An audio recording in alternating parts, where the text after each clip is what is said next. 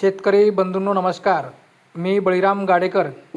आज आपण आजच्या अंदाजामध्ये दिनांक 19 जुलै ते दिनांक 26 जुलै या कालावधीमध्ये राज्यात कोण्या जिल्ह्यामध्ये किती मिलीमीटर पाऊस होईल जे काही मॉडेल दाखवत आहे त्याप्रमाणे हा तुम्हाला मी एक लाईव्ह अंदाज देत आहे.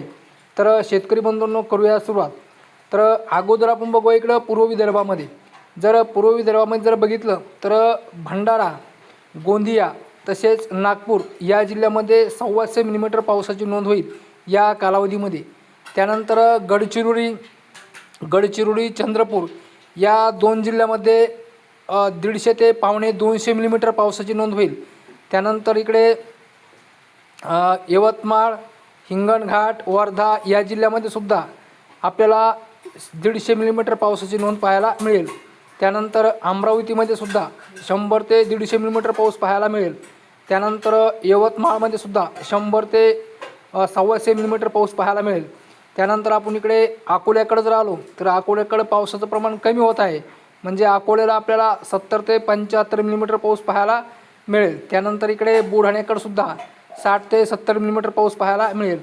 त्यानंतर वाशिमला सुद्धा 60 ते 70 मिलीमीटरच पाऊस पाहायला मिळेल. त्यानंतर इकडे बुलढाण्यामध्ये सुद्धा 60 ते 70 मिलीमीटर पाऊस पाहायला मिळेल. त्यानंतर जालन्यामध्ये सुद्धा एक आपल्याला 60 ते 70 मिलीमीटर पाऊस पाहायला मिळेल. त्यानंतर छत्रपती संभाजीनगरमध्ये सुद्धा 60 ते 70 मिलीमीटरच पाऊस पाहायला मिळेल. इकडे परभणीमध्ये सुद्धा 60 ते 70 मिलीमीटर, बीडमध्ये सुद्धा 60 ते 70 मिलीमीटरच पाऊस या कालावधीमध्ये पाहायला मिळेल. त्यापेक्षा कमी पण होऊ शकतो, जास्त नाही. नांदेडमध्ये सुद्धा एक 70 मिलीमीटर पाऊस पाहायला मिळेल. इकडे धाराशिव, हिंगोलीमध्ये सुद्धा 70-75 मिलीमीटर पाऊस पाहायला मिळेल. त्यानंतर इकडे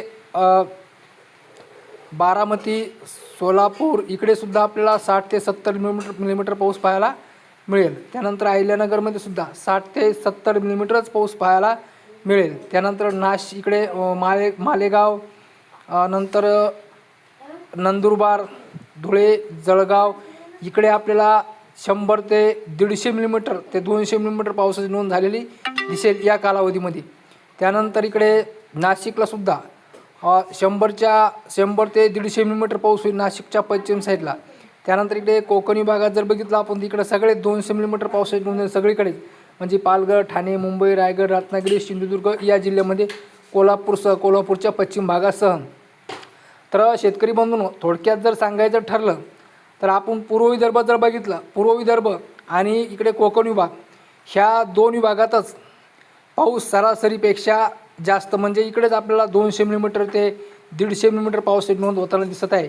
त्यामुळे तुम्हाला इथे दिसत असेल या इमेजमध्ये इकडे पूर्व विदर्भ आहे आपला. पूर्व विदर्भ तसे उत्तर महाराष्ट्र या भागामध्ये पाऊस जास्त आहे. त्यानंतर कोकण विभागामध्ये पाऊस जास्त आहे.